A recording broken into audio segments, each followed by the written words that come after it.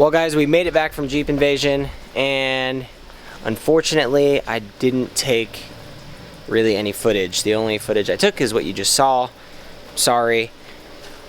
That event was way busier than I thought it would be. I had our 2 babies. We really weren't trying to get into a bunch of crowds with our strollers and fighting everything, so we really didn't make it into the event, but we did a lot of like stuff outside of the event, met up with a bunch of really cool people that I've been wanting to meet up with, and we got to see a bunch of cool Jeeps. We drove the strip a bunch, and it was really fun. The Jeep did great. I drove it there and drove it back, but it did have some issues, and I'm pretty bummed out about it. So the Jeep is starting to run really hot, and it's never gotten really to a point where it made me nervous, but on this trip, climbing the hills, and it wasn't that it was getting hot on the highway, it was getting hot when I was climbing the hills up there, because they were pretty steep hills there, and it shouldn't obviously be overheating, so it's never done that before.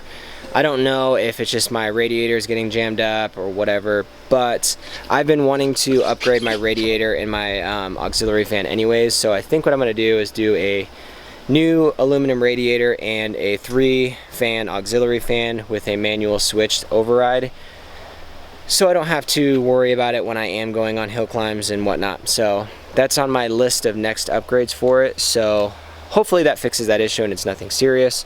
I highly doubt it is, because I've replaced my cylinder head gasket and everything else. So anyways, that's the update on that. Let's talk about the Grand Cherokee.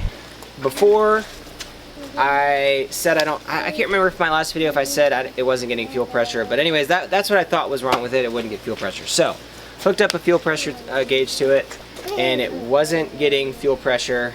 My son is copying every move that I make with my hands. It's actually really funny. You want to show him, Nash? Come show him. Come show him. Here. Look.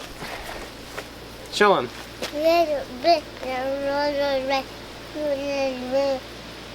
And that is how I fixed the Jeep. That's how I did it. Just like that. That's what I did. So I replaced the fuel pump assembly on it, and that didn't fix the problem. Still wouldn't start. I actually got that thing started, and it was running and idling, and it was running perfect, and I was like, this is a good sign that it's going to be a good Jeep. And I was actually really excited that I was able to get it running before I dropped a bunch of money into it, just to make sure it wasn't misfiring, overheating, and so on and so forth.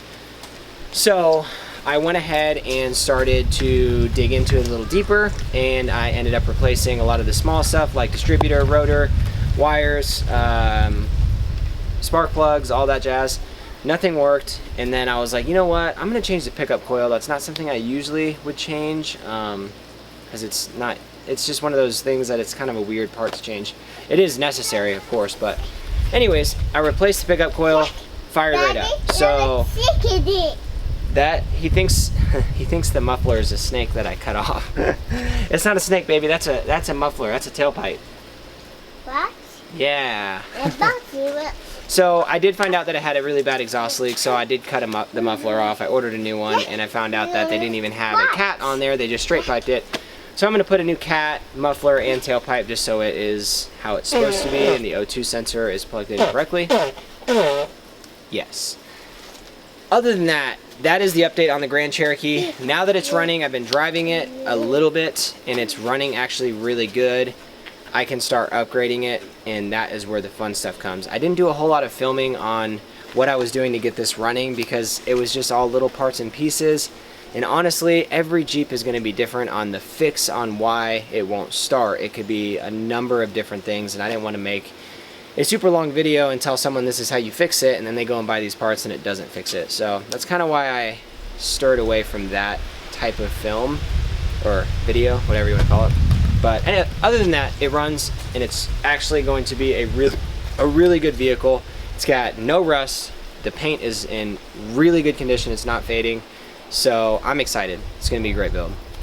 Other than that, the XJ is going to be getting a new radiator, like I said, and a new auxiliary fan. I'm going to wire that. I'm going to definitely do a video on that, because this is probably something a lot of XJ owners want to see, and it's something that is kind of important if you're running bigger tires and off-roading, having that manual override switch. I'm sure there's videos out there, but I'll make one too. No big deal. Alright guys, so next week we are going to be talking about how to buy a Project Jeep for $500 or less, and what to look for and how to go about it and things to do and not do. And this is what I've learned and how I bought these two vehicles for really inexpensive. And who knows, maybe it'll help someone out and get you guys a project Jeep that's extremely affordable, so you're able to do the things that you want to it on a budget. So other than that, let's talk about what I'm gonna do to this Grand Cherokee for a second. So what do you guys think? I'm like very up and down. So I'm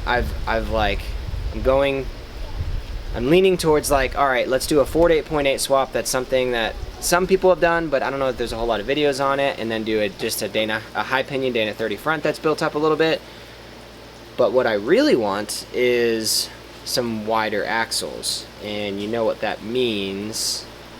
So I'm thinking, what if I put in a JK Dana 44 and a Dana 30 front out of a JK, so I get the width, and then I build them up a little bit so I can have that width and then run 35s, and then it would be a very, very budget friendly. I could do that swap for probably less than like a few $1,000 I think, with like pretty stock axles, other than the truss kit and the swap kit and the steering linkage and whatnot. But that would be a really cool build, because a lot of people, I haven't seen many people run a Dana 44 Dana 30 JK setup on their Grand Cherokee. So that might be something different and something cool. Let me know what you think, because I really want to run the notch flares, but I need the width, and I don't need Rubicon axles on this because this is not going to be a rock crawler. This is going to be like a daily overlanding rig,